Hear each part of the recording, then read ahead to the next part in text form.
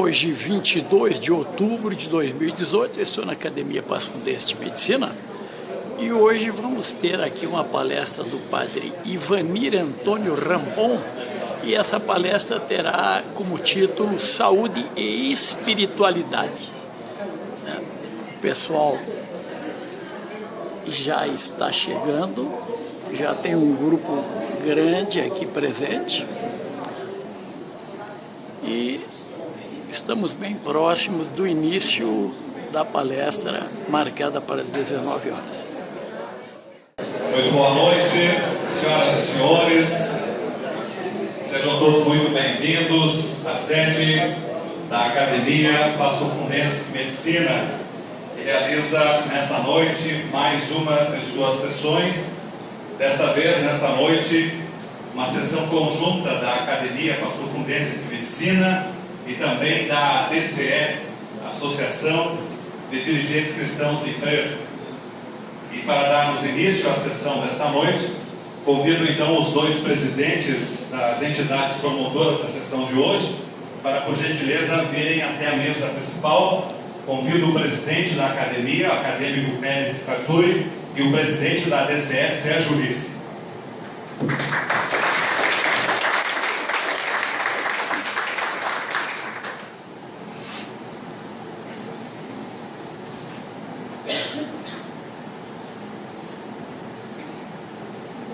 Saudamos a presença de todos os demais convidados que nos prestigiam, muito especialmente citando aqui a presença das autoridades que estão nessa sessão. Saudamos aqui o arcebispo da nossa arquidiocese, Dom Rodolfo Weber, também o padre Fábio Moraes, vigário-geral da nossa arquidiocese. Saudamos a senhora secretária municipal de saúde, Carla Gonçalves, o senhor diretor da Faculdade de Medicina da Universidade de Passo Fundo, Paulo Reichert, também o professor Vanderlei Farias, da Universidade Federal Fronteira Sul. Saudamos ao senhor Adualdo Malman, diretor técnico do Hospital São Vicente de Paulo, ao senhor Ari Rabelo e ao senhor Agir Stramari, integrantes da diretoria da CDL, Câmara de Dirigentes Logistas. Enfim, se caso tenha esquecido de alguém, mas sejam todos bem-vindos e sintam-se prestigiados e cumprimentados, muito especialmente aos acadêmicos da Academia de Medicina, aos diretores da Academia, da atual gestão, também os ADCianos aqui presentes e ainda, é claro, os estudantes que nos prestigiam, também religiosos e religiosas aqui presentes. De imediato, para darmos início à sessão, nós passamos a palavra aos presidentes para a abertura da sessão. Inicialmente, o presidente da Academia, Pérez Carturi.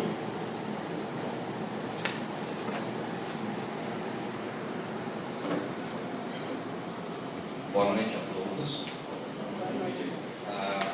É sempre uma alegria a realização de um evento em conjunto com a Associação de Dirigentes Cristãos de Empresa. Esta noite nós seremos brindados com a palestra do padre Ivanir Rampon, um assunto extremamente relevante na medicina. Basta acessar o Google e se colocar a palavra medicina e religião, e verão que existe mais de 5 milhões de citações sobre o assunto que ele irá dissertar. Portanto, para nós é uma felicidade estarmos hoje aqui assistindo à palestra do padre Ivanir Rampon. Uma boa noite a todos, nossa saudação, boas-vindas em nome da ADCE, Associação de Dirigentes Cristãos de Empresas de Passo Fundo, e nós desejamos a todos uma boa palestra, né? Uma boa espiritualidade, e para que o Espírito Santo nos ilumine nessa palestra, que a gente possa entender bem um assunto tão importante, está hoje, saúde e espiritualidade, né? E nós convidamos o nosso arcebispo, Dom Rodolfo, para que faça uma oração invocando o Espírito Santo para esse momento. Quando falamos de espiritualidade, falamos de espírito. Isso nos lembra que não somos somente seres materiais. A matéria é uma dimensão constitutiva do ser humano, porém também nós temos o espírito. E claro, depois o Padre Ivanir vai fazer a reflexão. Eu só gostaria de lembrar, quando olhamos o Evangelho e como nós cremos que Cristo, verdadeiramente homem, verdadeiramente Deus, ali nós temos a sabedoria de viver e como considerar o ser humano. E é curioso que tem cenas que Cristo cura um doente e antes dá o perdão dos pecados. Parece até contraditório, né? O que era mais importante naquela hora? Tanto primeiro perdoa, depois cura fisicamente. Aí vem a surpresa, né? O que era mais dolorido naquele paralítico? A sua vida moral dos seus pecados ou a sua limitação física? E vemos ali o Cristo olha a pessoa inteira. E então nesse sentido nós queremos considerar a pessoa inteira, todas as suas dimensões que fazem o ser humano e também lhe dão a sua dignidade, a sua grandeza. Por isso convido a rezarmos juntos a oração do Pai Nosso, que sempre nos lembra da necessidade de olharmos o todo, a humanidade, o próximo, porque todos nós somos dependentes uns dos outros em todas as dimensões. Em nome do Pai, do Filho e do Espírito Santo. Amém. Desejo que a paz, o amor e a luz de Deus esteja com vocês. Bendito seja Deus que nos reuniu no amor de Cristo. No amor de Cristo, no amor aos irmãos, estamos aqui reunidos para ouvirmos e refletirmos sobre esse tema. Pai nosso, que estás no céu, santificado seja o vosso nome. Venha a nós o vosso reino. Seja feita a vossa vontade, assim na terra como no céu. O pão nosso de cada dia nos dai hoje. Perdoai as nossas ofensas, assim como nós perdoamos a quem nos tem ofendido. E não nos deixeis cair em tentação, mas livrai-nos do mal. Que a Santíssima Trindade nos ilumine, nos conduza e nos proteja, em nome do Pai, Filho e do Espírito Santo. Amém.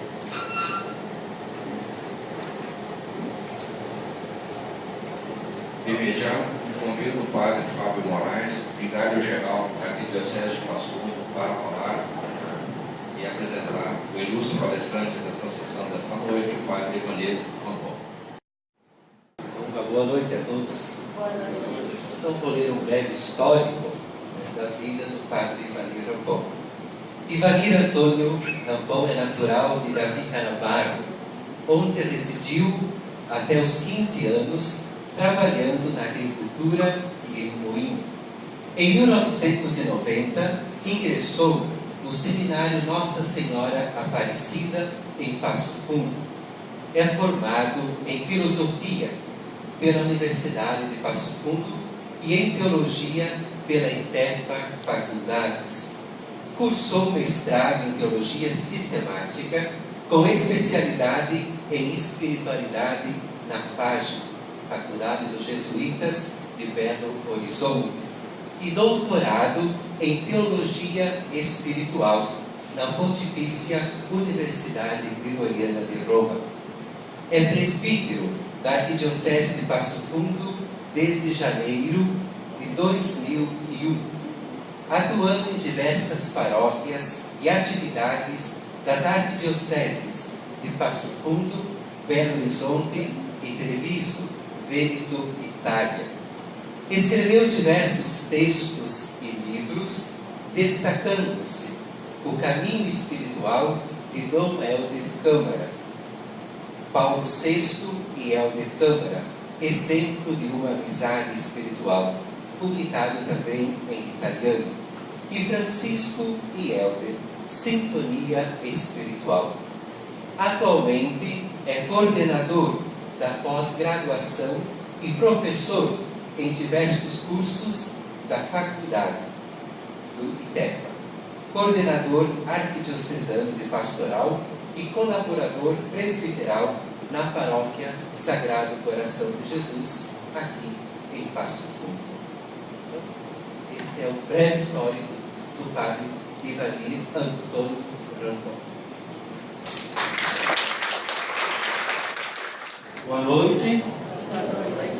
Então, em primeiro lugar, eu quero fazer alguns agradecimentos. Quero agradecer a todos vocês que vieram para esta palestra sobre um tema tão importante que é a espiritualidade, a saúde e a enfermidade.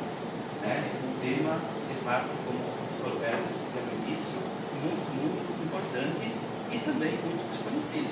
Se por um lado é muito importante, mas às vezes você tem chavões, você tem ideias vagas, mas não se tem profundidade. Então é muito importante nós olharmos, estudarmos, aprofundarmos essa temática. Então agradeço a todos vocês que vieram. Quero agradecer à Academia Passo Fundense de Medicina pelo convite, por organizar esse evento, bem como a presença da Associação de Dirigentes Cristãos de Empresas, a DCE de Passo Fundo. A essas duas entidades que organizaram esse encontro, meu muito obrigado. Também agradeço a presença de integrantes de outras entidades. Entre elas, temos aqui a Pastoral da Saúde do Hospital São Vicente de Paula, presença de religiosos, religiosas. Muito obrigado pela presença de vocês, de líderes do Laicato de Passo Fundo, obrigado pela presença. Também com os acadêmicos, então muito obrigado, acadêmicos, professores de medicina de diversas faculdades. Quero agradecer a vocês pela presença. E entre as pessoas aqui presentes, também líderes da nossa igreja. Quero agradecer a presença do nosso arcebispo, Dom Rodolfo Luiz Weber, o padre Fábio de Moraes, o padre Cassiano Perti, que estão aqui. Então agradeço. Também quero agradecer de um modo todo especial o Dr. Pérez Sarturi, que é o presidente desta Academia Passo Fundense de Medicina, porque o Dr. Pérez é uma pessoa que há um bom tempo tem admiração.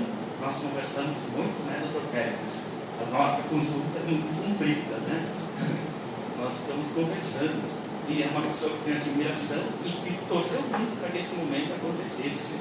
Acho que uns 2 anos tentando que essa noite acontecesse, Então, muito obrigado, Dr. Pérez. Enfim, a todos vocês, muito obrigado pela presença desse evento. Bom, eu vou falar sobre a relação entre espiritualidade, saúde e enfermidade. Essa fala que eu vou fazer vai ser a partir da teologia espiritual. Gostaria de dizer isso, porque assim, se eu fosse um médico e viesse falar desse assunto, eu ia falar de outra perspectiva, mas eu vou falar a partir da teologia espiritual. Por isso, é muito importante esse diálogo das ciências, esse diálogo epistemológico, Então, eu vou falar a partir da teologia espiritual, alguns aspectos, não muitos, por isso até escrevi breves considerações a partir da teologia espiritual. Gostaria de dizer que, para quem é de outra área, que não é da área de teologia, contextualizar um pouquinho a teologia, A teologia, dentro da teologia, tem várias áreas, assim como na medicina, tem várias áreas, Tem médico que vai se dedicar a estudar uma parte do corpo humano, outra parte, assim também na teologia. Dentro da teologia, nós temos, por exemplo, a teologia bíblica, que busca fazer a exegese da Bíblia, entender a Bíblia no seu contexto, na sua origem. Temos a teologia moral, que vai então tratar da ética, da moralidade. Temos também a parte histórica, a história da igreja, a história da espiritualidade. E dentro da teologia, nós temos a teologia espiritual. Então, eu vou falar da teologia espiritual, que é uma partezinha dentro de todo o corpo da teologia. A própria teologia espiritual, ela é dividida internamente também em vários campos, como história da espiritualidade, a espiritualidade franciscana, a espiritualidade beneditina, espiritualidade ignaciana, enfim, a própria espiritualidade, ela vai se ramificando e há autores, há estudiosos que se dedicam a um contínuo da espiritualidade a vida inteira, anos e anos de estudo num só ponto, num só aspecto. Isso então, a teologia espiritual. Também há vários institutos e várias faculdades de espiritualidade do mundo afora. Nesse sentido, nós no Brasil passamos um pouquinho de vergonha, né? Outros países têm muito mais faculdade de espiritualidade do que no Brasil. Precisamos crescer nesse ponto. Mas gostaria de dizer que temos no Brasil algumas faculdades. Inclusive aqui em Passo Fundo nós temos uma pós-graduação lá do Senso de Espiritualidade, contando hoje com aproximadamente 25 estudantes, entre eles vários profissionais da saúde, enfermeiros especialmente, e também profissionais da educação.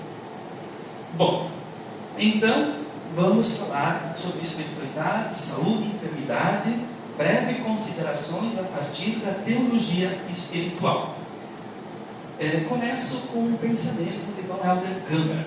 Esse pensamento vai nos colocando dentro da questão.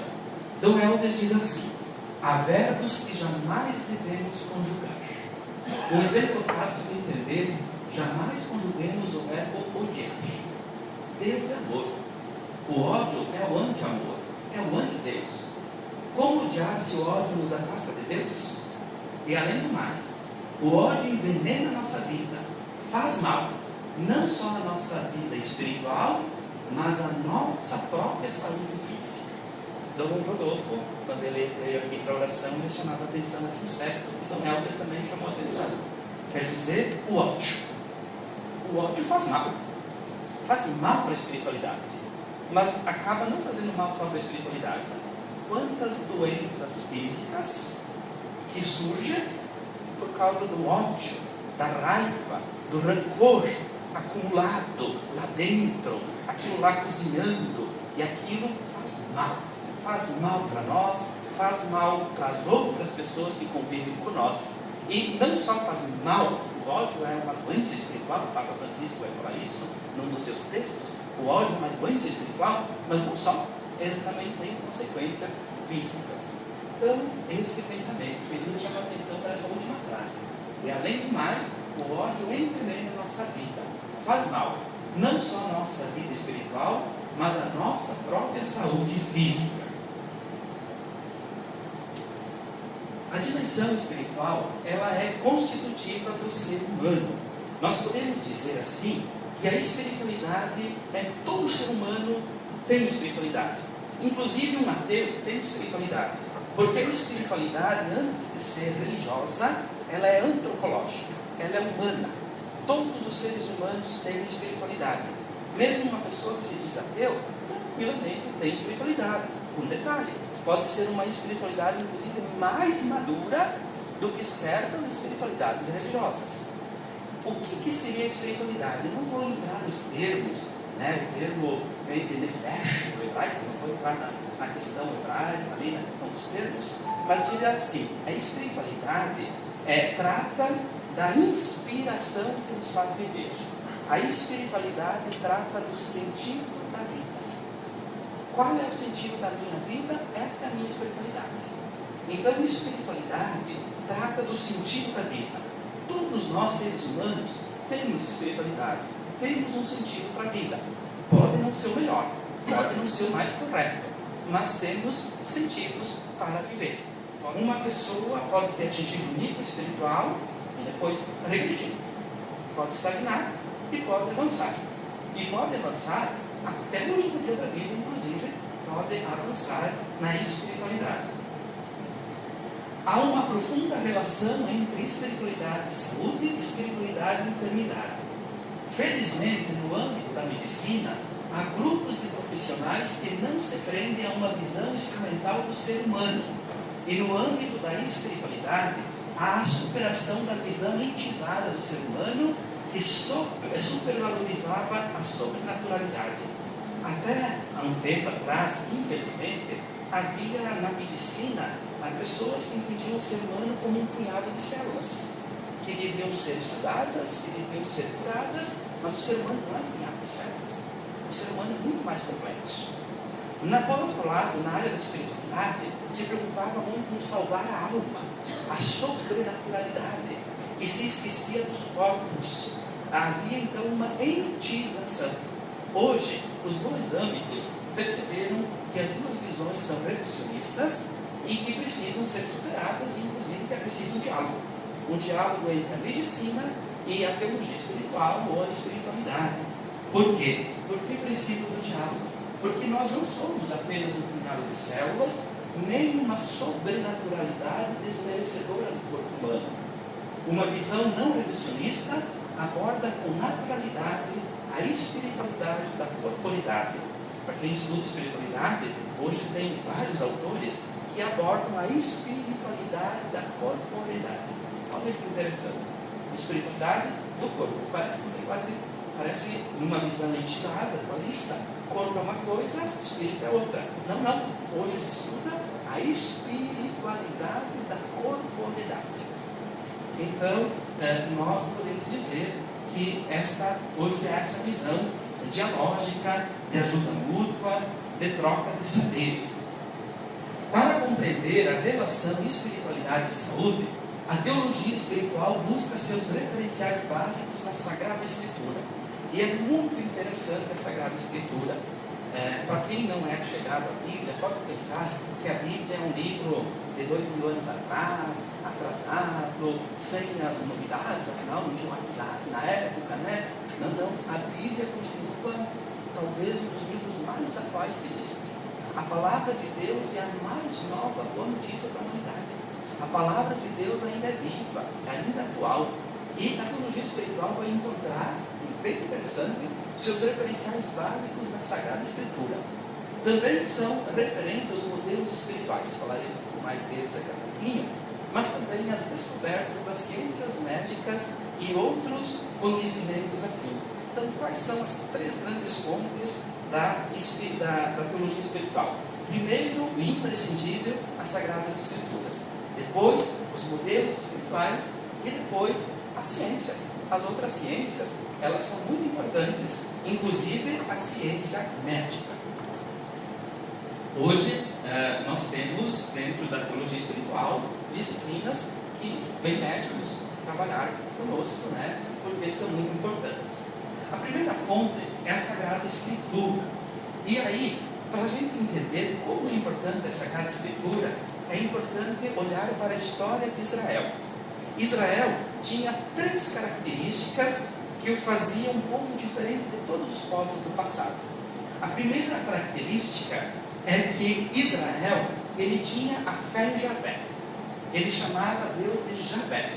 E quem era Javé para Israel? Javé era o Deus libertador dos oprimidos. Era o Deus que tomava a defesa dos oprimidos, que conduzia o povo da escravidão para a libertação. É um Deus que não quer o povo escravo, mas quer o povo liberto. Tira da escravidão para a libertação. Conduz do Egito para a terra prometida, a terra onde corre leite e mel. Por isso, Javé é o Deus dos oprimidos, mas Javé também é um Deus aliado do povo. É um Deus que gosta do povo, que tem carinho do povo, compreende e perdoa o povo quando o povo erra. Javé também é o Criador do céu e da terra. Ele é a fonte da vida, da liberdade, da saúde. Ele criou o ser humano à sua imagem e semelhança. O ser humano faz parte, para Israel, de um projeto divino. E esse projeto é muito bom. É um projeto muito bom. O ser humano é criado à imagem e semelhança dele. Ou seja, há uma dignidade. O ser humano, ele tem uma dignidade que o diferencia de todos os outros seres. Uma dignidade, ser filhos, ser filhas, ser imagem e semelhança de Javé. Por isso, podemos dizer que Israel tinha uma visão espiritual muito avançada, mais avançada do que todos os outros povos da região. Mas Israel também tinha uma outra característica. Era um povo atrasado em medicina. Se era avançado em espiritualidade, ele era um povo muito atrasado em medicina. Ele era um povo, se a gente comparar com os egípcios e tal, ele ficava devendo. Inclusive, ele tinha preconceito com as medicinas. Para Israel, era crer em bruxos, e os médicos eram os bruxos, crer em bruxos era desmerecer em parte a fé em Javé. Era não confiar necessariamente em Javé. Uma outra característica que Israel tinha é a tensão entre a fé já vista e a realidade da opressão, sofrimento e doença. Se Javé é tão bom, se Javé é tão libertador, se Ele é tão aliado, por que tanta dor? Por que tanta enfermidade? Por que tanto sofrimento? Se Ele é tão bom, por que uma pessoa vai ficar penalizando no sofrimento? Então há uma tensão entre a fé e a realidade. E por causa dessa salutar tensão, Israel vai fazer perguntas interessantíssimas. Uma primeira pergunta provocadora: a doença vem de Deus ou é fruto do pecado? Quem causa a doença? É Deus ou é o pecado? Teria outra origem além dessas? Qual a relação entre doença e espiritualidade? O que podemos fazer diante da doença e do sofrimento das outras pessoas? São perguntas bem atuais, não são? Estão todas no Antigo Testamento, estão todas no Novo Testamento. Aquilo que eu disse no início, a Bíblia continua sendo uma fonte importantíssima para a gente responder questões como essas. Questões como essas que nós estamos vendo. Para responder essas questões, e eu não vou responder hoje à noite, porque isso precisaria muitas horas, mas entram em cena os profetas, as profetisas, os sábios, as sábias. Porém, foi Jesus de Nazaré quem conseguiu indicar o melhor modo de se portar diante da doença e do sofrimento. Jesus de Nazaré, ele trouxe um projeto. E o projeto dele, que está sintetizado naquela frase que se encontra em Mateus 6,33, em primeiro lugar, busque o reino de Deus e a sua justiça. Jesus, ele veio para o reino de Javé. No original está escrito: em primeiro lugar, busque o reinado de Javé e a justiça de Javé, que é muito mais do que a justiça humana. Jesus, com esse seu projeto, esse é o projeto de Jesus, a sua missão, ele eleva a espiritualidade da humanidade. O projeto de Jesus é um projeto que nos eleva espiritualmente, que nos faz ser pessoas de uma forte espiritualidade. Quem segue Jesus vai encontrar ali em Jesus uma pessoa e um projeto que nos faz pessoas mais maduras espiritualmente. Jesus também curava as doenças, reintegrava os doentes e marginalizados na sociedade. Talvez uma doença atual, a marginalização, é a exclusão.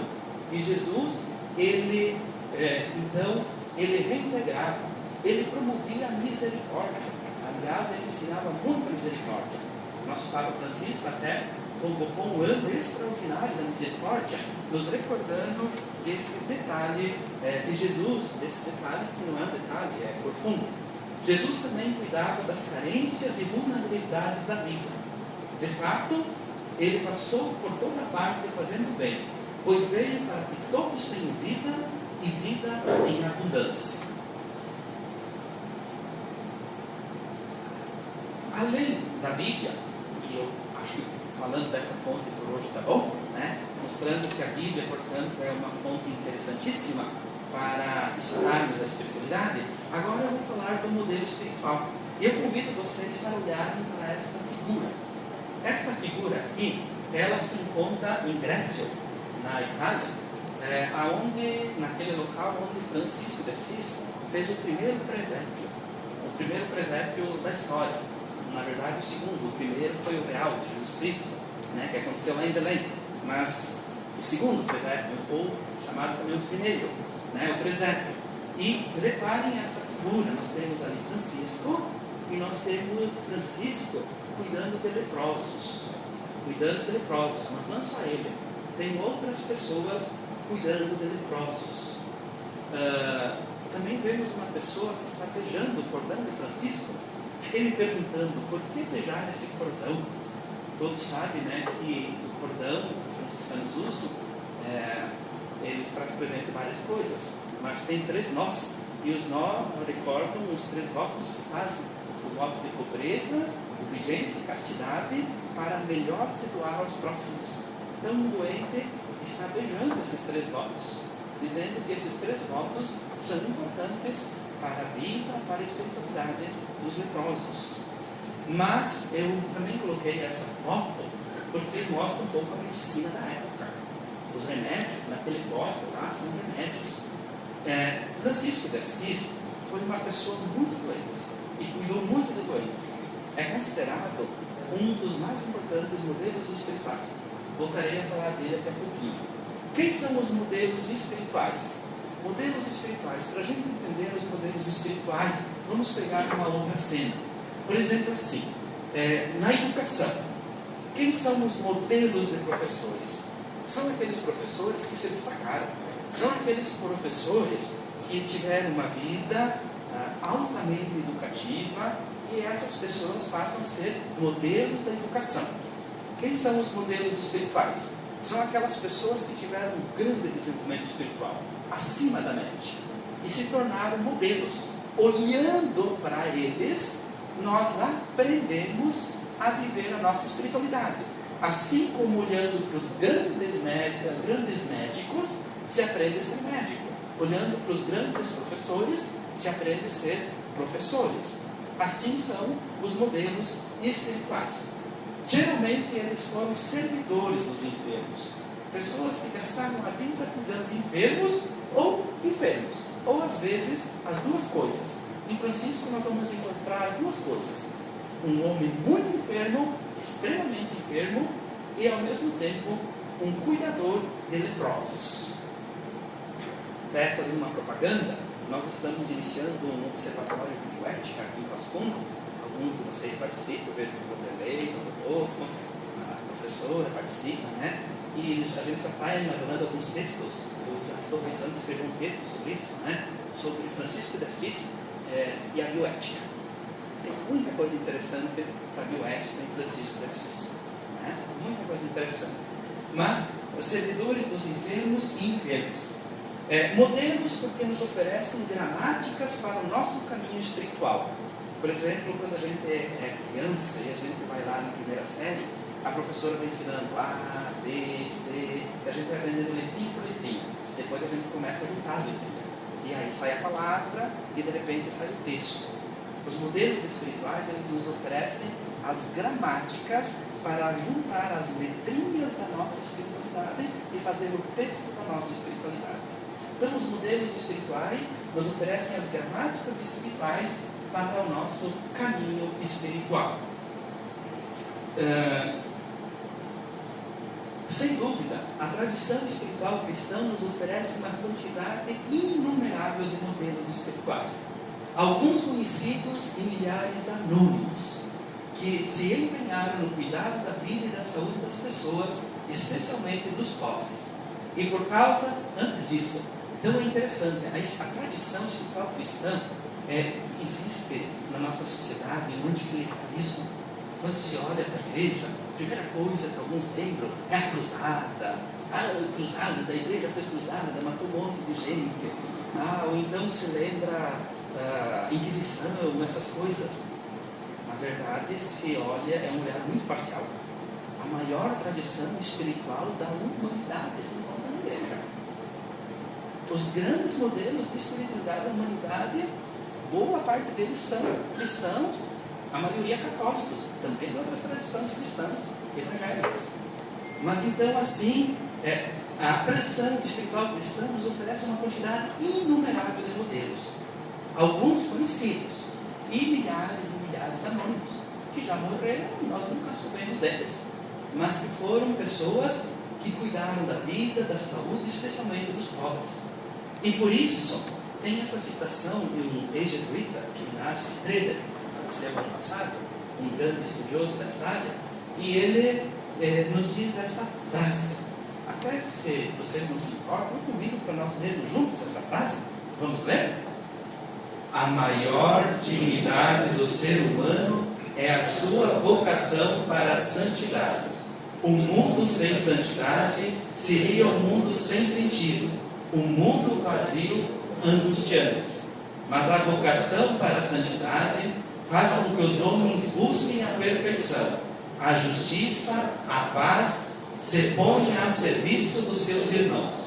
A santidade exige a construção de sociedades justas, solidárias e faz com que o poder se torne serviço. Fora da santidade aparece a opressão, a escravidão, a desunião, a morte. A primeira preocupação da igreja deve ser a busca da santidade. Não é bonita essa situação? Não é provocante? Né? A santidade, então a maior dignidade do ser humano é esta vocação para a santidade. E a santidade, segundo Inácio, é isso aí. Eis o desafio: comportar-se santamente diante da saúde e da doença. Como se comportar de uma maneira santa diante da saúde e da doença? Nós temos vários modelos espirituais de envergadura. Vou citar alguns: Hildegard de Bingen, Francisco de Assis, Clara de Assis, Inácio de Loyola, Teresinha do Menino Jesus, Camilo de Leles, Vicente de Paula, Luísa Marilac, José Moscati, Núncio Suplício, Amável Lúcia Visitainer, Santa Paulina, entre outros. Esses nos oferecem gramáticas. Estudar essas pessoas, a gente sai assim com um aprendizado, porque essas pessoas deixaram escritos, viveram, foram modelos e deixaram escritos ou escreveram sobre elas. Essa primeira mulher que aparece ali em cima, não sei se vocês conhecem ela, mas essa mulher aí, ela se chama Hildegard de Bingen. Hildegard de Bingen, ela viveu em 1098 a 1179, há 1000 anos atrás. Ela era uma monja beneditina e era uma mulher excepcional. Ela era mística, teóloga, conhecedora de botânica, ciências naturais, medicina e música. Dedicou especial atenção na compreensão do corpo feminino. Essa mulher, na Europa, ela é estudada em faculdades de medicina. Há professores de medicina que trabalham essa mulher. Por quê? Porque foi, pelo que a gente tem conhecimento, a primeira mulher a estudar o corpo humano feminino no seu interior. O óvulo, o útero. E ela é uma grande mística. É uma pessoa que nos oferece gramáticas especiais. Ela foi decretada doutora da igreja pelo Papa Bento XVI. É a quarta mulher que recebe esse título em toda a história da humanidade. É ela, e ela tem muito a ver conosco. É uma mulher que nos oferece gramáticas espirituais. Escreveu muitos livros, agora traduzidos em português. Inclusive tem um que se chama Chivas, Conhece-te a Ti Mesmo. É um livro grosso assim. É fantástico, né? Como essa mulher é um modelo de espiritualidade. Temos aquele senhor lá, que é o Camilo de Leles. Camilo de Leles, que viveu em 1550, 1614, e ele foi um soldado que ele perdeu tudo no jogo. Ele era viciado no jogo, na jogatina, e na jogatina ele perdeu tudo. E depois de perder todo o dinheiro, ainda ele ficou doente. E aí ele não tinha como pagar os seus remédios, não tinha como pagar os médicos, e ele resolveu ir trabalhar com os capuchinhos para ganhar dinheiro, para fazer o tratamento médico. Vendo o trabalho gratuito dos capuchinhos em favor dos enfermos, e vendo, por outro lado, as dores de tantas pessoas, ele converteu-se, abandonou a jogatina e colocou-se a serviço dos doentes. E ele escolheu acompanhar, especialmente nos últimos momentos da vida, quando a pessoa está morrendo. Conversando com o médico outro dia, o médico me dizia assim: olha, quando a gente está atendendo um paciente, a gente faz de tudo, mas quando chega aquele momento que a gente vê que não tem mais volta, dá uma sensação de perda, e a gente joga pro ar e não sabe o que fazer, não sabe mais o que fazer. O que eu tinha que fazer, eu fiz, agora não tem mais nada. Vicente Leles vai trabalhar justamente nesse momento. Como acompanhar quando não tem mais nada a fazer com a medicina. Depois, nós vamos ter esse senhorzinho aqui, esse jovem. Esse jovem aqui se chama Núncio Suplício. E ele viveu em 1817 a 1885. E esse menino aí, ele está famoso, viu? Ele ficou canonizado no domingo passado, pelo Papa Francisco, lá em Roma. Núncio Sulpício era um menino que ficou órfão, sendo adotado pela avó. Como a avó logo faleceu, ele acabou sendo entregue para um tio, que o fez trabalhar de ferreiro. O trabalho era muito pesado. O tio, em vez de cuidar do sobrinho, fez do sobrinho um escravo, fazendo trabalhar com ferro, carregando muito peso. E ele, por causa dessa exploração infantil, ele acabou tendo uma doença irreversível nos ossos. De tanto fazer esforço, ele acabou tendo uma doença irreversível nos ossos. Foi hospitalizado no Hospital dos Incuráveis. As dores eram muito fortes. Um dia, um coronel do exército, vendo aquele jovem sofrendo tanto, sentiu pena dele e resolveu pagar o tratamento desse jovem. Mas não houve cura. No entanto, mesmo incurável, mesmo com muitas dores, as pessoas ficavam encantadas pela sua espiritualidade. Era um menino de uma alta espiritualidade. E a sua espiritualidade era alimentada especialmente o amor à Nossa Senhora, Mãe de Jesus, e também a presença de Jesus no Santíssimo Sacramento. Ele identificou muitos com a sua espiritualidade. Morreu com apenas 19 anos.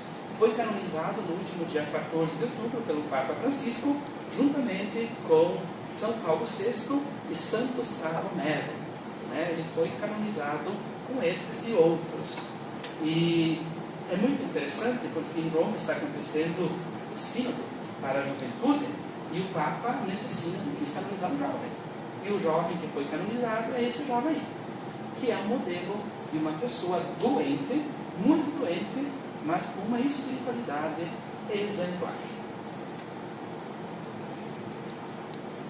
E nós temos Francisco de Assis. Chamo de novo a atenção para esta figura. Essa pintura se encontra no mesmo lugar que a outra. E aqui nós temos, e esta é considerada a réplica da primeira pintura de Francisco. A primeira pintura foi feita logo após a morte dele. E essa pintura traz justamente algumas características. Primeiro, as doenças dos olhos que Francisco teve, Teve uma série de doenças nos olhos, sofreu muito sobre as doenças. Eu não saberia dizer os nomes das doenças agora, mas eu tenho elas escritas aqui na minha folha, Mas são várias doenças. Francisco teve no mínimo 25, 26 doenças graves, sem falar as não graves. Talvez um dos homens mais enfermos da história. Um dos homens mais enfermos. E morreu com nem 40 quilos, puro pele e osso. E também traz presente lepras que ele tinha, Então, na mão, possivelmente tinha, não se tem certeza disso. Os estudos atuais da medicina ainda não permitem dizer se ele tinha ou não tinha lepra. Mas a maioria dos médicos e cientistas que estão estudando as doenças de Francisco hoje estão de acordo quase que ele tinha lepra também, porque ele trabalhou a vida inteira no meio dos leprosos e acabou então adquirindo a própria lepra. Mas Francisco de Assis foi uma pessoa muito enferma, mas é interessante, a enfermidade não foi invisível para a sua espiritualidade. Ao contrário, ele com as enfermidades dele, ele cresceu espiritualmente. Embora tivesse muitas doenças físicas e psicológicas, não sei se todos sabem, mas Francisco teve depressão. Ele ficou 2 anos trancado numa gruta com depressão, uma forte depressão. Então ele tinha doenças físicas, doenças psicológicas, mas tinha uma saúde espiritual enorme. Na verdade, ele foi descobrindo o sentido para a sua vida e englobando a doença, a tribulação, o sofrimento numa causa maior. As fontes franciscanas, clarianas, são ainda hoje os mais preciosos textos para estudar a medicina medieval. Os historiadores de medicina medieval, eles pegam os textos referentes a Francisco e aclaram. Por quê? Porque os primeiros hagiógrafos, ou seja, aqueles que escreveram a vida edificante de Clara e Francisco, hagiógrafo significa isso, a descrição da vida edificante, eles escreveram por pormenores, as doenças, os sintomas, os tratamentos, e por isso esses escritos hoje são fontes de espiritualidade, modelos espirituais em outras tradições religiosas, como o hinduísmo, enfim, em outras tradições, o budismo, assim por diante, mas eu meditei na tradição cristã. Eu só precisaria saber quanto tempo eu tenho ainda. Só para me organizar no horário, mais quanto? Meia hora ainda. Então vamos lá. Então assim, então eu trouxe esses personagens porque a teologia espiritual é muito importante estudar eles, e quando você vai estudar a relação espiritualidade e medicina, não passar por eles é uma lacuna. Fica um estudo fraco. É como querer estudar filosofia sem Platão e Aristóteles. É que nem querer estudar o cristianismo sem Cristo. São pessoas, de fato, importantíssimas para conhecer a teologia da espiritualidade, teologia espiritual. Bom, o que os modelos espirituais, o que as Sagradas Escrituras nos ensinam sobre a relação espiritualidade e saúde, espiritualidade e enfermidade? Muitas coisas. Vou falar agora 3, e aí depois eu finalizo. Aqui já foi.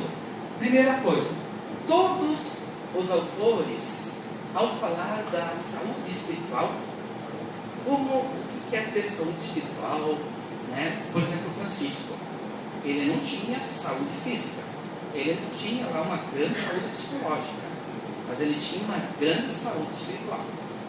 Os autores falam o seguinte, que esses autores, que a fragilidade humana é um espaço para o nosso desenvolvimento espiritual. Quando nós reconhecermos a nossa fragilidade humana, nós encontramos na fragilidade humana um grande espaço para crescermos espiritualmente. Quando nós nos consideramos onipotentes, quando nós nos consideramos todos poderosos, a gente não cresce espiritualmente. Quando a gente se acha o dono do mundo, a gente não cresce espiritualmente. A gente cresce espiritualmente quando nós nos consideramos finitos e contingentes. Quando nós consideramos que nós dependemos uns dos outros. Quando eu me acho onipotente, que eu não preciso de ninguém, que eu não preciso ajudar ninguém, que eu me acho o todo-poderoso, o dono do mundo, eu não cresço espiritualmente. Eu decresço, eu regredo. O crescimento espiritual pressupõe que você se considere uma pessoa finita, uma pessoa contingente, uma pessoa frágil. A fragilidade é importantíssima para a gente crescer. A fragilidade não é um empecilho para crescer espiritualmente, é o campo para crescer espiritualmente. E vou explicar por quê. Porque, na verdade, nós dependemos uns dos outros o tempo todo. Nós dependemos da família, nós dependemos dos médicos, nós dependemos das crianças, nós dependemos dos idosos, nós dependemos uns dos outros. Mas ainda, nós dependemos também de Deus, nós dependemos de Jesus, nós dependemos da fé. Nós somos pessoas limitadas, pessoas contingentes, pessoas frágeis. A fragilidade, quando assumida, o que a fragilidade faz? Ela, repito a ideia, né? Aí um artigo que fala um pouco disso, né? Ciência comprova o ego em saúde e espiritualidade. Somos frágeis porque finitos e necessitados uns dos outros, da natureza e do Criador. Nós necessitamos constantemente da natureza. Nós necessitamos constantemente do alimento. Nós necessitamos do Criador. Sem o Criador, nós não estaríamos aqui nesse momento falando disso. Nós necessitamos constantemente, nós somos frágeis, somos pequenos. Quem sou eu? Quem é você? Diante da imensidão do universo, diante de tantos milhões e milhões de histórias. O que é 70, 80 anos da minha vida diante deste planeta que tem milhões e milhões de anos? nós somos um pontinho, nós somos frágeis, nós dependemos constantemente uns dos outros. A fragilidade, quando assumida, e aí nós vamos entender que alguns enfermos foram grandes modelos espirituais, porque quando a fragilidade é assumida, ela se torna uma capacidade. Nós nos tornamos capazes de sermos abertos. Eu sou frágil, eu preciso do outro. Agora, se eu não sou frágil, eu não preciso do outro. Se eu sou onipotente, eu não preciso. Agora, se eu me reconheço frágil, pequeno, simples, eu não preciso da outra pessoa. Eu preciso do amor de Deus. Aquela pessoa que se considera onipotente não precisa de Deus. Vai precisar de Deus para quê? Agora, a nossa fragilidade, ela nos faz pessoas abertas. Abertas para os outros. Abertos para a transcendência. Abertos para Deus. Abertos para uma pergunta fundamental. Por que eu estou neste mundo? Por que Deus me quis aqui? O que Deus quer de mim? Por que Ele me colocou nesse mundo, nesse tempo que estamos vivendo? Ele tem qual projeto que Ele tem para mim e o que Ele espera de mim? Agora, a pessoa que não é frágil não vai se fazer essa pergunta. Jamais. Essa pergunta está fora dos seus questionamentos. Porque a fragilidade é que te leva a essa questão. A fragilidade me leva a estabelecer comunicação interpessoais com outros frágeis. O outro que eu vou estabelecer comunicação também é frágil. Nesse sentido, eu vou contar uma piadinha, não é bem piadinha, mas numa das conversas com o Dr. Pérez, né? Aí o Dr. Pérez disse assim: Dr. Pérez, mas imagina eu lá com os médicos. E daí o Dr. Pérez disse assim: os médicos, o médico é um ser humano como você. É um ser humano como você. Provavelmente, os médicos, se fossem falar com os padres, iam dizer: mas imagina eu lá falar com os padres. Por quê? Porque nós temos medo de estabelecer intercomunicação nas nossas fragilidades. Somos todos frágeis. Somos todos frágeis.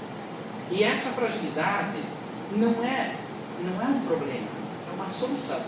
Porque essa fragilidade me leva a estabelecer comunicação com os outros frágeis. Se eu fosse onipotente absoluto, eu não preciso de comunicação. Agora, porque eu sou frágil, então eu preciso da comunicação.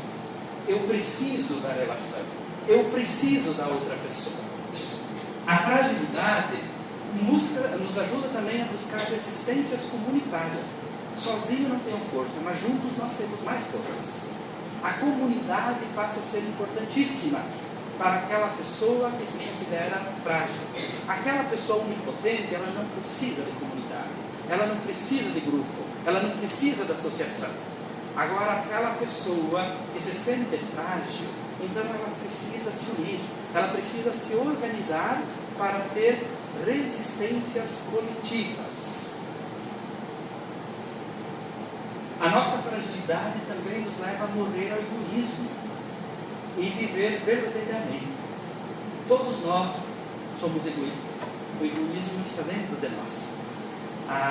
Quando a gente reconhece que somos frágeis, a gente quer acabar com o egoísmo que existe dentro de nós e a gente quer viver verdadeiramente.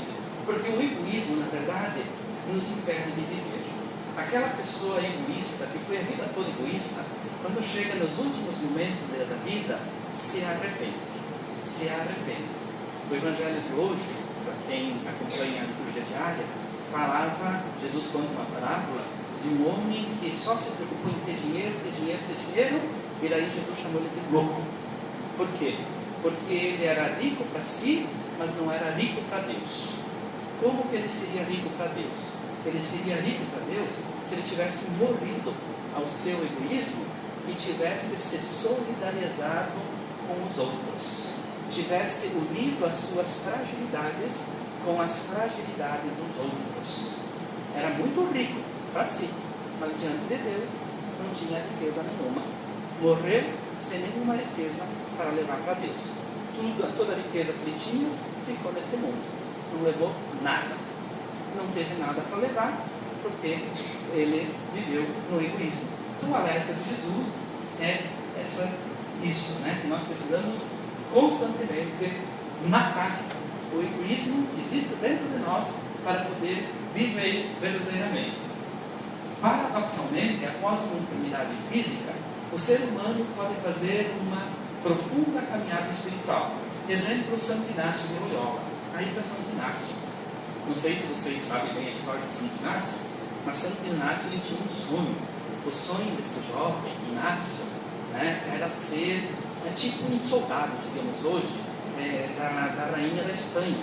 E ele então se preparou, fez exercícios, musculação, ele era muito forte, muito musculoso, dizem que era bonito, inclusive, era um galão, né?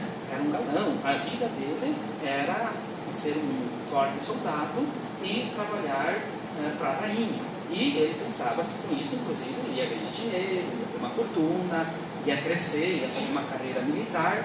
E de repente, um dia, numa batalha, em Pamplona, ele é atingido de uma perna. E quando ele é atingido na perna, ele vai para uma sala para se recuperar e não tem mais recuperação. Ele vai ser manco por resto da vida dele. Né? E aí, naquela sala, ele estava desanimado. A vida dele tinha caído. Com aquela perna manca, ele não ia mais realizar seu sonho. Ele não ia mais ser aquele soldado que ele esperava ser. Ele não ia mais ser aquele nobre que ele queria ser. Ele estava depressivo, estava para baixo, e daí ele lia muito, era um devorador de livros, ele leu vários livros, e lia, repetia livros, e aquilo não satisfazia. Até que não sabia mais que livro dar para ele, e deram 2 livros de santos para ele. Um que contava a história de São Francisco, 2 que contavam a história de São Francisco, e um que contava a história de São Domingos. E ao ler aqueles livros, Santo Inácio disse que ele sentia alguma coisa diferente. Quando ele lia os outros livros da cavalharia, ele lia, enquanto lia, ele sentia prazer.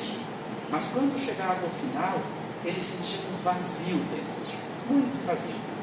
Ao ler a história de São Francisco, ao contrário, quando ele lia, ele sentia uma tensão. Aquele livro provocava ele. Mas no final, ele sentia que aquela história preenchia aquele vazio que ele tinha dentro de si. E aí ele disse assim que ele precisava discernir os espíritos. Porque o espírito dele, quando lia um livro, ficava daquele jeito, quando lia da outro. E aí ele vai elaborar toda a doutrina dos espíritos, né, que é fundamental na espiritualidade. E aí, então, ele diz assim: por que eu não posso ser como São Francisco? Por que eu não posso ser como São Domingos? E aí, então, ele iniciou a Companhia de Jesus. A Companhia de Jesus, que fez um bem enorme. Se nós pegarmos aqui os 30 povos das missões, os 7 povos das missões, são todos o pessoal da Companhia de Jesus. E mais ainda, se nós pegarmos hoje o nosso Papa, é um seguidor de Santo Inácio, é um jesuíta. Veja bem, se Santo Inácio não tivesse sido ferido na perna, nós não estaríamos aqui falando dele. Mas aquela enfermidade fez com que ele se tornasse o modelo espiritual. Parece paradoxal, mas a enfermidade pode ser um momento de crescermos espiritualmente. Às vezes a gente quer relacionar só espiritualidade e saúde. Uma pessoa que tem uma boa espiritualidade vai ter uma boa saúde. Não, pode sim. Inclusive tem dados que diz que a espiritualidade ajuda na boa saúde. Mas a espiritualidade ajuda a viver a doença. Ajuda a viver a enfermidade. Os médicos, a pastoral de saúde sabem, aquela pessoa que tem uma boa espiritualidade na hora da doença enfrenta diferente daquela pessoa que tem uma espiritualidade frágil. A espiritualidade não só ajuda na doença, mas ajuda a viver a fragilidade, a doença, a enfermidade. A viver de uma maneira mais serena, mais tranquila. São Francisco morreu nu, ele pediu para ficar nu, né, cantando o Salmo 136. Morreu cantando, alegre e sereno. Não morreu entubado, inconsciente, mas cantando. O Salmo 136. É uma pessoa muito enferma, também psicologicamente, fisicamente, mas com alta espiritualidade. A fragilidade humana permite atingir um alto nível espiritual. Então a fragilidade, ela permite a gente atingir um alto nível espiritual. E aí eu queria falar o que é ter um alto nível espiritual. E aí fica a perguntinha para nós. Eu tenho um alto nível espiritual? Então agora uma resposta do teólogo europeu, Karl Rahner, vai nos ajudar a ver se a gente tem, ali vai estar a foto dele. Karl Rahner morreu em 1982, um dos maiores teólogos contemporâneos, e ele vai dizer assim, quando que nós atingimos um alto nível espiritual? Ele diz assim, na experiência de calar quando incompreendidos, quando a gente é incompreendido, quando a gente não é aceito, quando a gente é rejeitado, mas a gente vê assim, olha, falar piora, eu vou calar. Mesmo tendo razão, eu calo. Você já tem indício de ter uma boa espiritualidade. No perdoar com toda sinceridade e na pura gratuidade. Perdoar sinceramente. Você errou, você falhou, me ofendeu, eu te perdoo. Não quero nada em troca. Nem te exijo que você não fale mais comigo, que você não erre mais comigo. Quando nós conseguimos perdoar sinceramente, gratuitamente, sem querer nada em troca pelo perdão, sinal que está em uma boa espiritualidade. Quando não consegue perdoar, a espiritualidade está fragilizada. Daí ele vai dizer também, no conservar a pureza de coração, quando poderíamos ter feito um caminho de interesses pessoais, quando você poderia ter feito um caminho, mas que te levava com o coração sujo. Não, prefiro ter um coração puro, não pegar um caminho perigoso, e isso leva a você ter espiritualidade. Quando renunciamos a aplausos, porque nos comprometiam em um caminho de vida não abraçado, quando a gente começa a receber aplausos que vão nos desviando do caminho, e a gente começa a gostar daqueles aplausos, e aqueles aplausos vão nos tirando do caminho, cuidado, a espiritualidade está fraca. Os aplausos não podem nos afastar do caminho traçado. Quem tem uma boa espiritualidade sabe rejeitar aplausos. Sabe dizer, eu não quero certos aplausos. Aqueles aplausos me comprometem. Aqueles aplausos me afastam do caminho traçado para a minha vida. Então, essa capacidade. Quando tentamos ser fiéis a Deus, mesmo quando nada sentimos, e por causa dele não nos acomodamos e fizemos um caminho árduo, mas honesto. Muitas vezes, nós, pessoas de fé, em espiritualidade, São João da Cruz vai falar noite escura, nós passamos pela noite escura, ou seja, a gente não sente mais nada da fé. Parece que tudo se foi. Aquele ardor, aquele calor, parece que Deus não existe. Quando a gente passa por essa fase, Deus não existe, eu não sinto, eu não experimento, mas mesmo não sentindo Deus, mesmo não experimentando Deus, eu não me afasto dele, eu estou fazendo um caminho espiritual.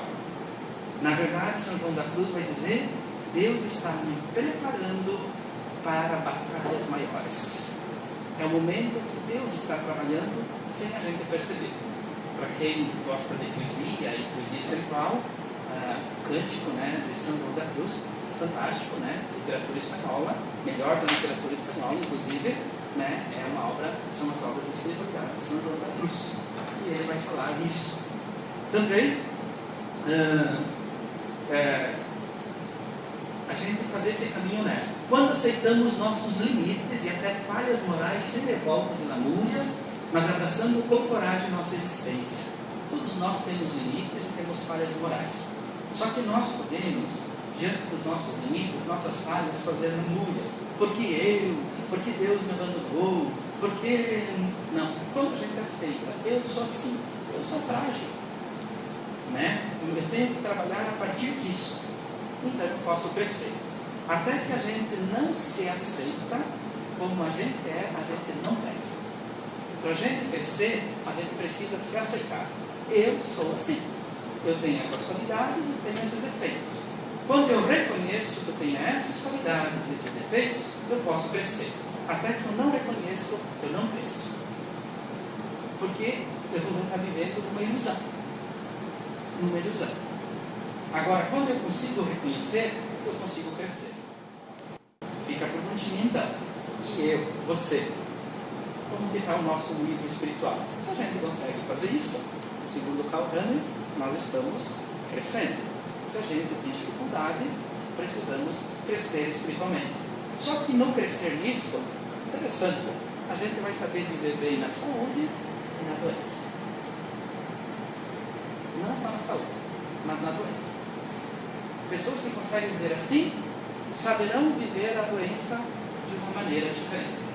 Então, assim, primeiro ponto, né, é que a fragilidade é um campo enorme para a gente crescer espiritualmente. É um campo enorme. E quem de nós não é frágil? Somos todos frágeis. Portanto, todos podemos crescer espiritualmente. Diante da fragilidade, precisamos, no entanto, ser realistas. Uma visão idealista se torna uma fragilidade que não eleva espiritualmente. Por exemplo, assim, então eu sou frágil. Então eu vou ser preguiçoso. Não cresce. Então eu vou ser irresponsável. Já que eu sou frágil, eu vou ser irresponsável. Já que eu sou frágil, eu vou ser indiferente, resignado, ensimesmado. Aí não cresce. Né? Então, diante da fragilidade, precisamos ser realistas. Uma visão idealista da fragilidade não nos eleva espiritualmente. Portanto, a fragilidade é uma fonte de resiliência espiritual. Não vou ter tempo de falar essa palavra, mas hoje é uma das palavras mais usadas em espiritualidade, é a tal da resiliência. Não sei se tem psicólogos aqui, também psicologia, né? Os psicólogos hoje ajudam as pessoas a desenvolverem resiliências diante dos traumas da vida. Quando a gente passa por um trauma, se a gente tem resiliência, a gente enfrenta de um jeito. Se a gente não tem resiliência, a gente enfrenta de outro. Né? Então, a resiliência, né? A resiliência, não sei se na medicina se usa esse termo de resiliência.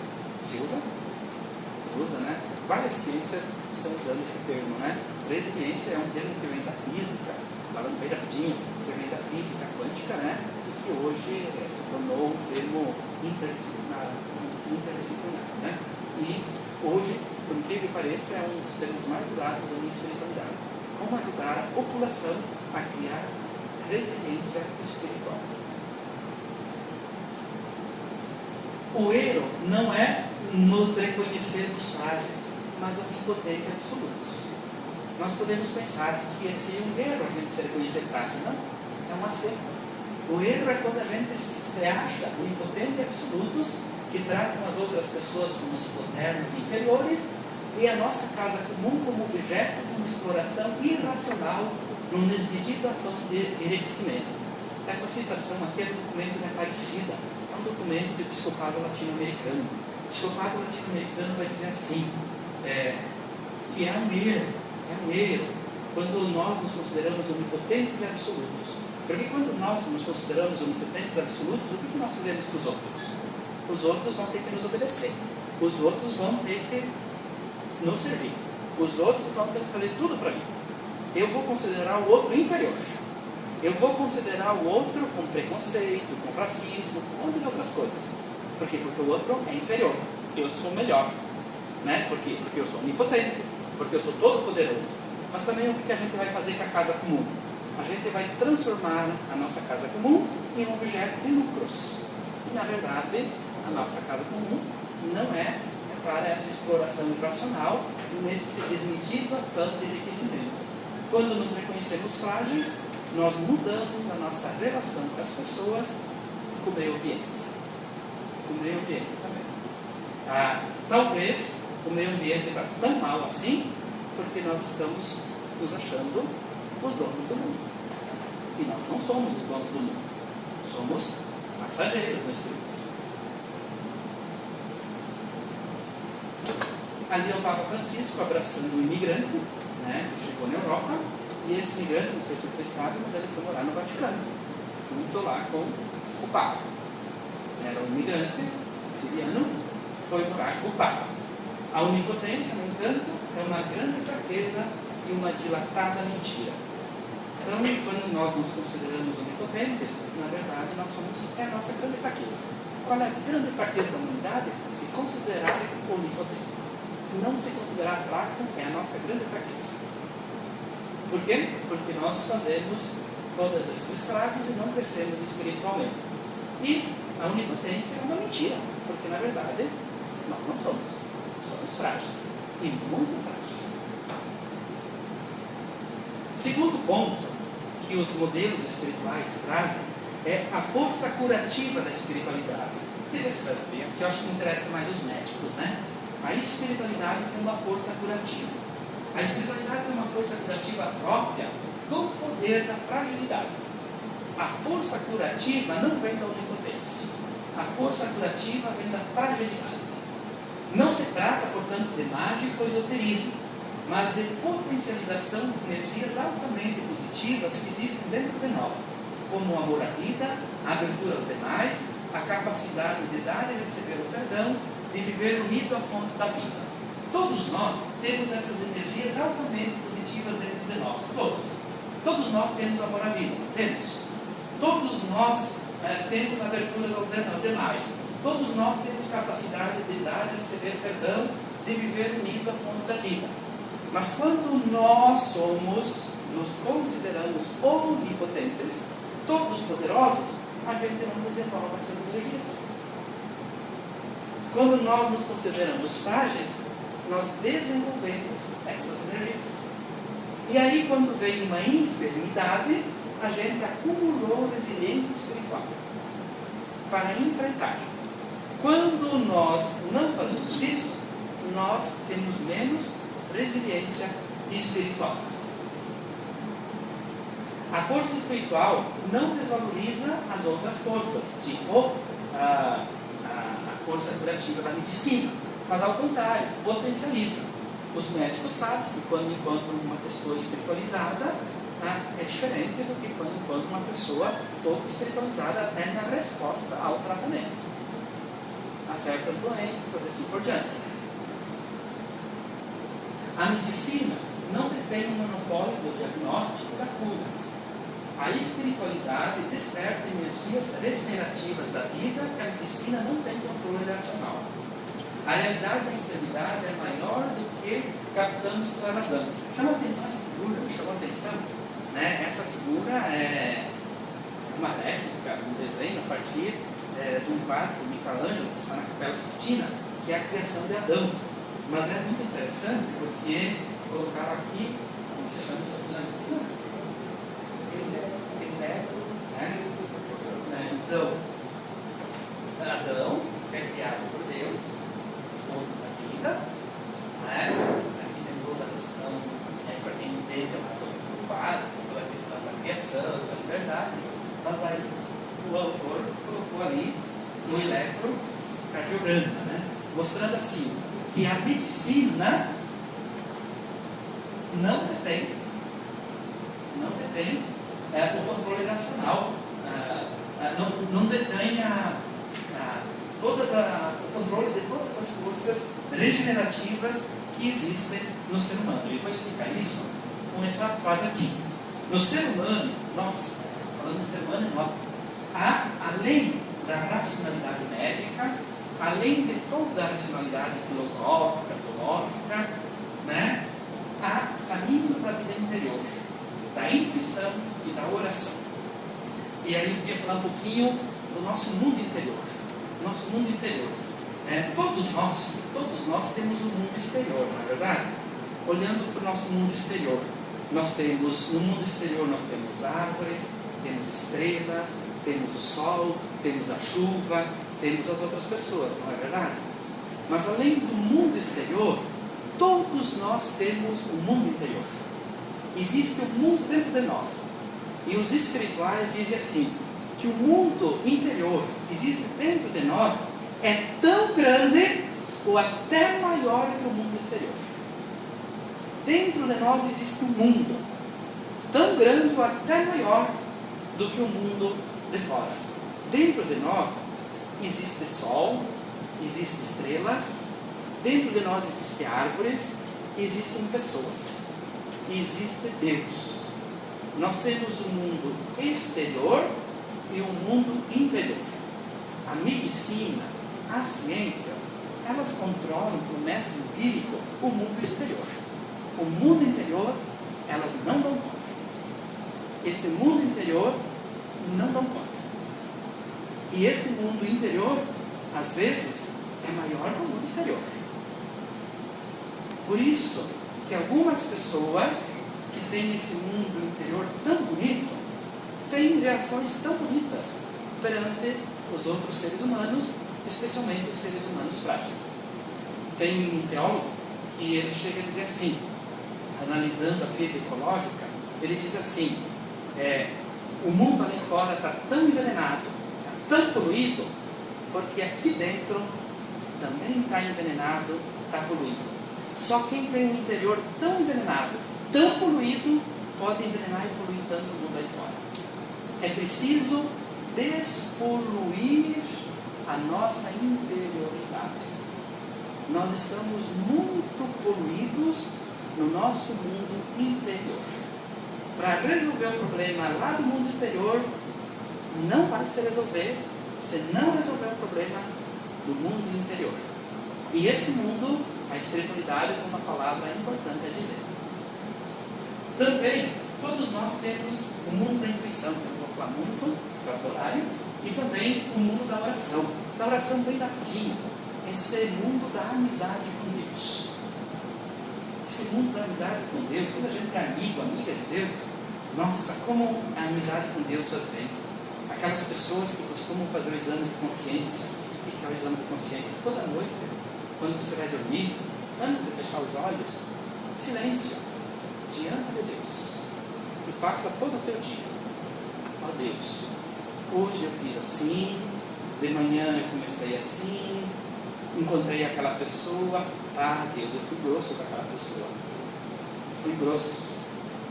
Próxima vez, tem que dar uma melhorada. Aquela pessoa foi legal, mas depois eu comi aquilo lá e aquilo lá vai estragar a minha saúde. Essa pessoa que faz esse exame de consciência diante de Deus, ela tem que crescer espiritualmente enormemente. Não é o exame de consciência consigo, é diante de Deus. É o mundo secreto da oração. O mundo secreto da oração é mais poderoso que a gente pensa.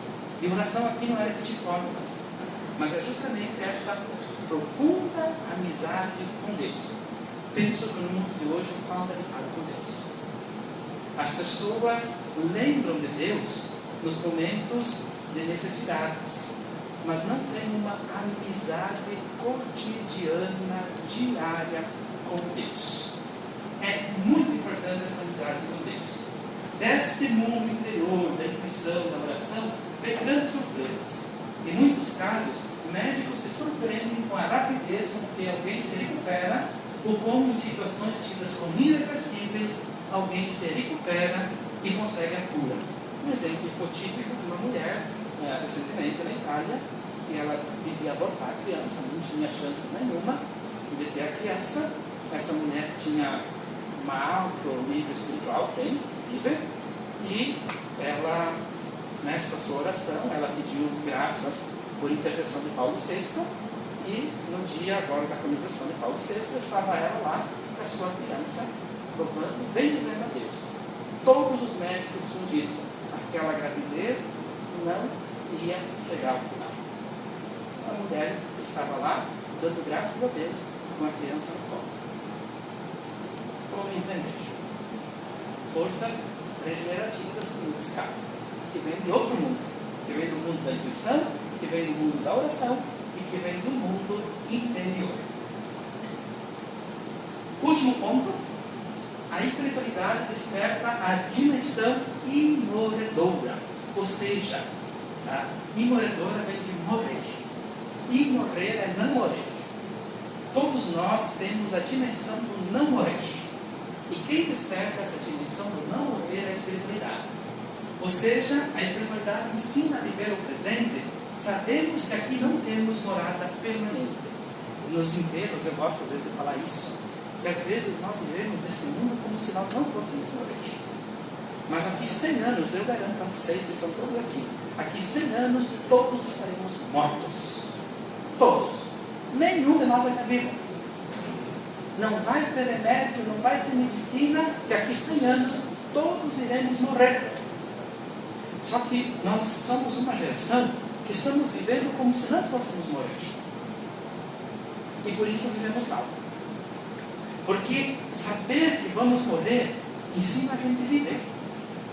A gente vive diferente sabendo que vamos morrer. Quando nós nos achamos todos poderosos, onipotentes, que nunca vamos morrer, a gente vive mal. A gente erra. A gente fracassa. A espiritualidade desperta a dimensão imorredoura. Ensina a viver o presente, sabendo que nós não temos nesse mundo morada permanente. Este mundo é lugar de passagem. Este mundo é lugar de peregrinação. Este mundo, para nós, não é permanente. Daqui 100 anos, nenhum de nós vamos estar neste mundo. Estaremos mortos. Como viver sabendo que vamos morrer?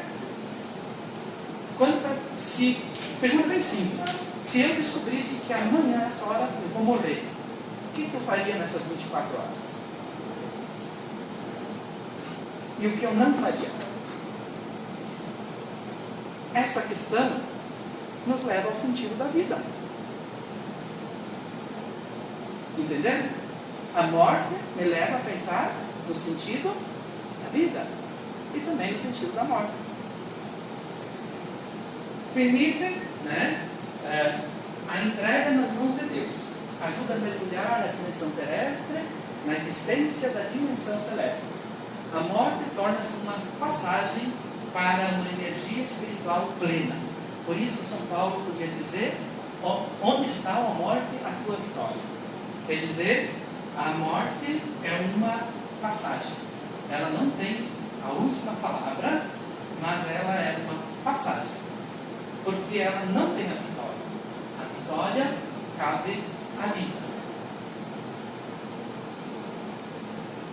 Terminando. Olhem essa figura.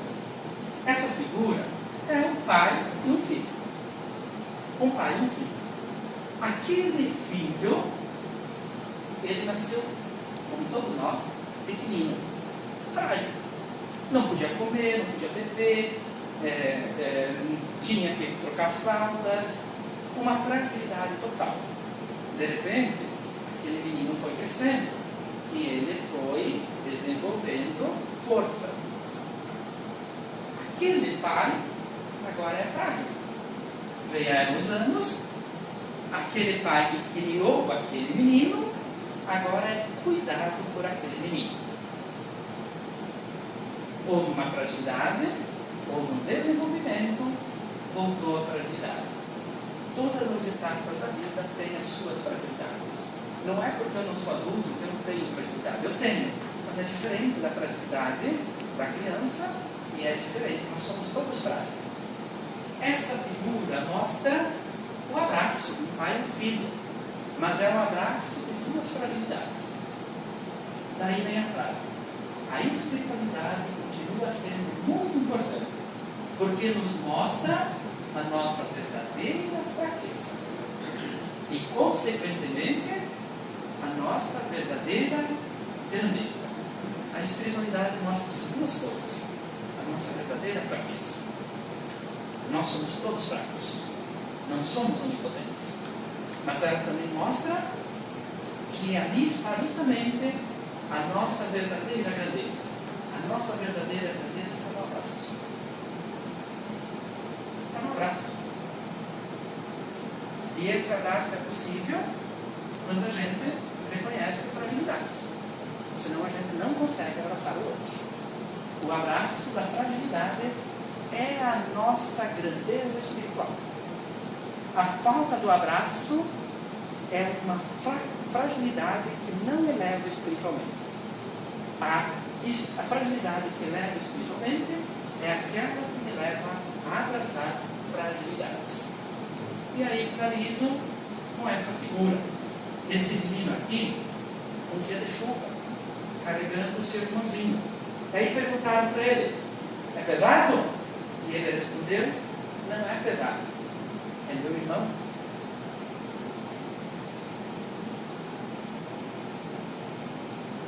É pesado. Mas ele respondeu: não é pesado, é meu irmão. Quando a gente carrega o irmão e a gente ama o irmão, não é pesado. Agora, se a gente não ama, é pesado. Quando você serve a Deus, ajudar o próximo não é uma vontade, é uma honra. Quando a gente vive isso, a gente está vivendo a espiritualidade. Ajudar o próximo, servir o próximo, não é um peso, é uma honra. Assim pensam os grandes espirituais. Tá bom, né? Muito obrigado pela atenção.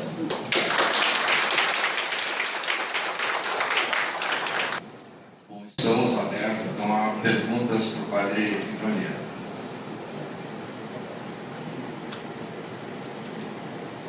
Tem alguma pergunta?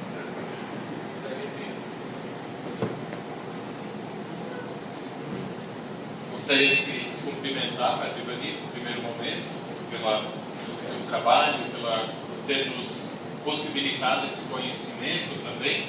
E, se possível, gostaria que o senhor comentasse um pouco sobre a relação entre caminho espiritual e regressão espiritual do ser humano. Porque o senhor falou que até um determinado ponto nós podemos crescer e ser pessoas altamente desenvolvidas na dinâmica espiritual. Mas também no início falasse que podemos fazer um processo de regressão. Então, essa dinâmica entre regressão espiritual e caminho espiritual. Respondo agora? Já respondo? Padre Cassiano, a pergunta, obrigado pelas palavras, mas a sua pergunta é muito importante. Até no livro que eu escrevi, né, o caminho espiritual, com a Câmara, eu trabalho um pouco essa temática, né? Mas eu gostaria assim, de dizer assim, existe no ser humano, existe, nós podemos assim, nós nascemos frágeis, somos frágeis, podemos na idade adulta desenvolver certas forças, mas somos frágeis. E na velhice a gente vai precisar até de cuidadores, né? 2, 3, 4 cuidadores. E essa é uma realidade que nós estamos tendo cada vez mais. Então nós temos um desenvolvimento físico que começa aqui, sobe e desce. Espiritualmente existe este caminho também. Nós podemos iniciar aqui, crescer e descer. Mas a espiritualidade tem uma outra dimensão. O fato dela trabalhar a dimensão imoredora nos permite, porque ela tem essa dimensão imoredora que o físico não tem. O físico morre. Então, como tem essa dimensão imoredora, eu posso crescer constantemente na espiritualidade. E nos últimos dias da minha vida, eu posso estar vivendo os momentos mais altos da minha espiritualidade. Fisicamente eu estou frágil. Fisicamente eu estou precisando de cuidadores. Mas espiritualmente eu posso estar mais forte que nunca. Mas isso vai depender de como durante a vida eu cresci espiritualmente. Para crescer espiritualmente, daí tem uma segunda pergunta, vem o chamado cultivo espiritual. Eu falei pouco disso do cultivo espiritual. Mas aí, entre o cultivo espiritual, eu falei, de certa forma, algo que ajuda muito no cultivo espiritual é a oração. Essa amizade com Deus. Ela é fundamental. Todas as tradições espirituais falam em oração, meditação. Pode mudar o termo, mas está falando disso. Então a oração é fundamental. E nós vivemos numa sociedade que tenho minhas dúvidas se nós rezamos. Rezar não é só ir num culto. Não é só ir numa igreja dizer aleluia, glória a Deus. Você pode estar numa igreja rezando e estar tão longe de Deus. tua cabeça está voando, né? Claro que é muito importante na igreja sintonizar com a comunidade, mas é preciso um esforço também nesse sentido. Mas o próprio Deus, com a sua graça, nos ajuda. Então, assim, por causa da dimensão imovedora, nós podemos crescer constantemente na espiritualidade, enquanto fisicamente não. Mas também, se a gente descuida da espiritualidade, eu posso regredir e posso ser quase morto espiritualmente nos meus 30 anos.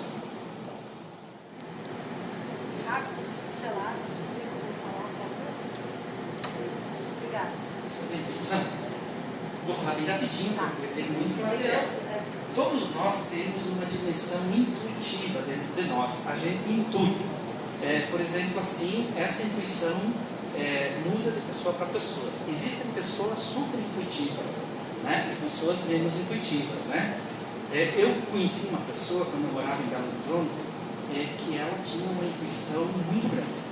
Essa intuição nela era tão grande que quando ela encontrava uma pessoa estranha, ela intuía se aquela pessoa era boa ou se não era boa. Ela tinha uma capacidade, ela se encontrava com uma pessoa e dizia, vai dar problema. Então, inclusive, tinha uma empresa que colocou essa pessoa para recrutar funcionários. Porque os funcionários que ela recrutava realmente eram bons. Porque ela tinha uma alta intuição, né? Porém, essa pessoa, conversando com ela disse que sofria muito. Porque ela sofria muito. Pelo fato dela saber das coisas, ela já se precavia, ela já se defendia, ela já criava barreiras e não se relacionava como devia.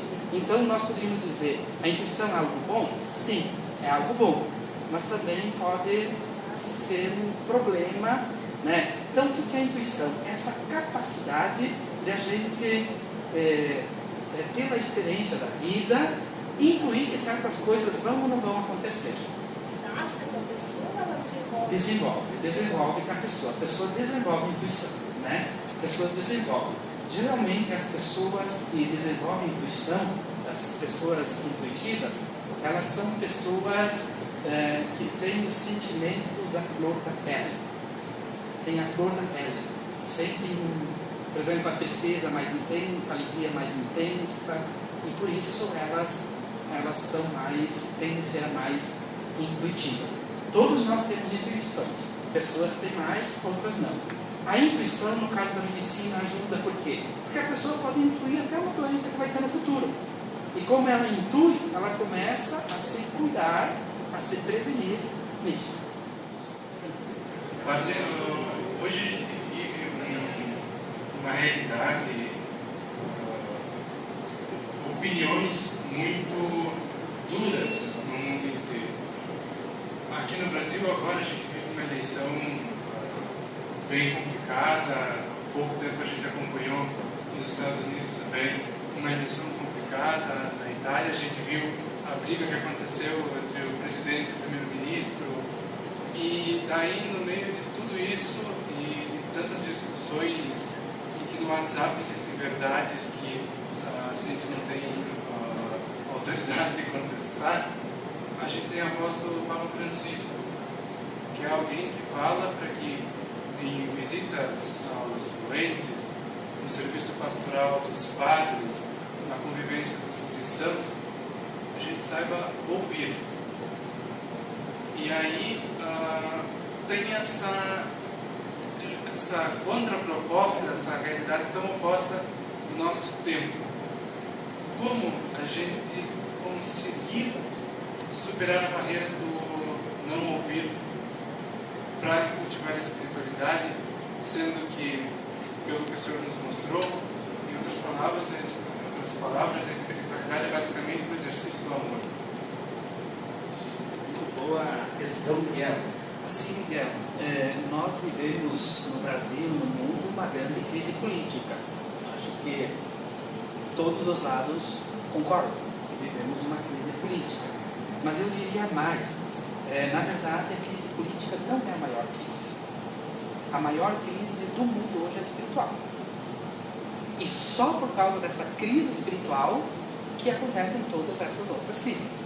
Se nós fôssemos mais desenvolvidos espiritualmente, não teria acontecendo várias coisas que estão acontecendo. Isso mostra assim que nós não temos um desenvolvimento espiritual.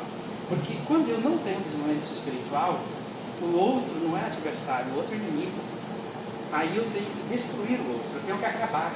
E eu tenho que acabar com os meus preconceitos, com os meus racismos, com a homofobia, todas essas coisas, né? Então, isso falta espiritualidade. Nós precisamos da espiritualidade.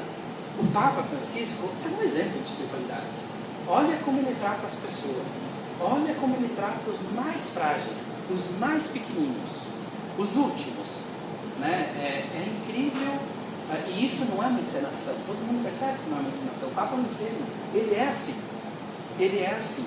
O Papa Francisco, até um dos livros que eu escrevi, né, Francisco e Helder, Sintonia Espiritual, justamente mostrando essa sintonia de espiritualidade entre eles dois e com gestos bem concretos.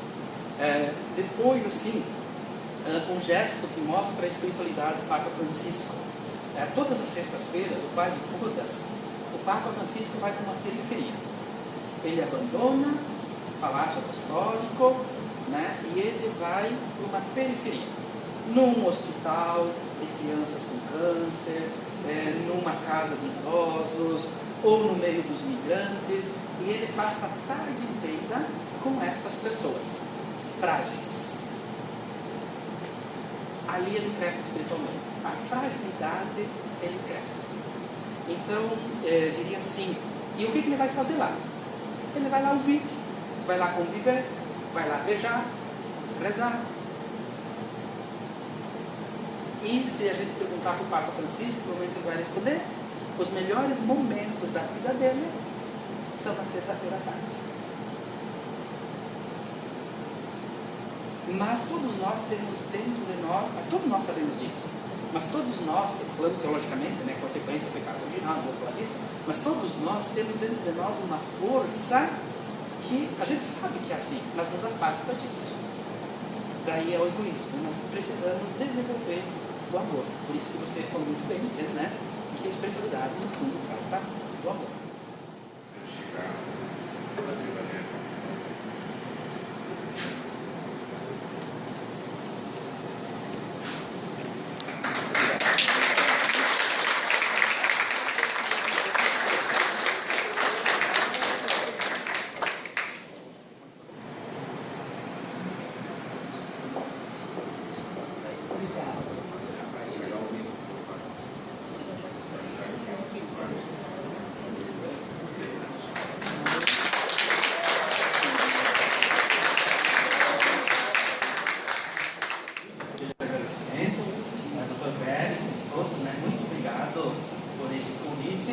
E o desafio fica, né? Vamos ajudar o nosso mundo a ser um mundo mais espiritualizado.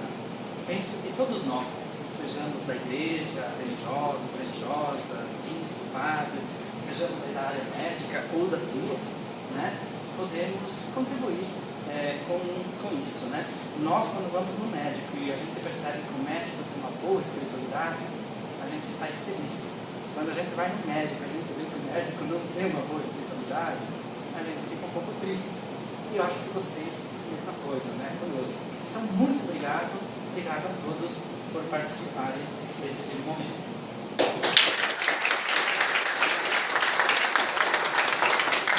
Agradeço pela presença de todos, grupo encerrado. Neste momento, aqui na Academia de Passo Fundo de Medicina, eu estou com Dom Rodolfo Luiz Weber, nosso arcebispo, que veio prestigiar o evento Saúde e Espiritualidade. Comente sobre esse evento, Dom Rodolfo. Um evento importante pela reflexão que o Padre Ivanir desenvolveu, mostrando assim que o ser humano é um ser humano com uma riqueza imensa, portanto tem múltiplas facetas, e que dialoga entre as diferentes faces do ser humano, tanto a sua dimensão do cuidado da saúde do corpo, quanto do seu espírito. Então, cuidar do corpo, a medicina tem nos dado muitas contribuições, uma beleza de medicação, de tratamentos, Porém, isso não pode subestimar a força do espírito.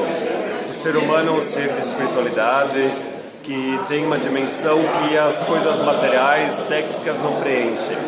E são duas áreas que devem ser, que se comunicam, que devem dialogar. E quanto mais houver uma sintonia, melhor, mais qualidade de vida nós teremos. Então foi uma noite muito especial para refletir esse tema.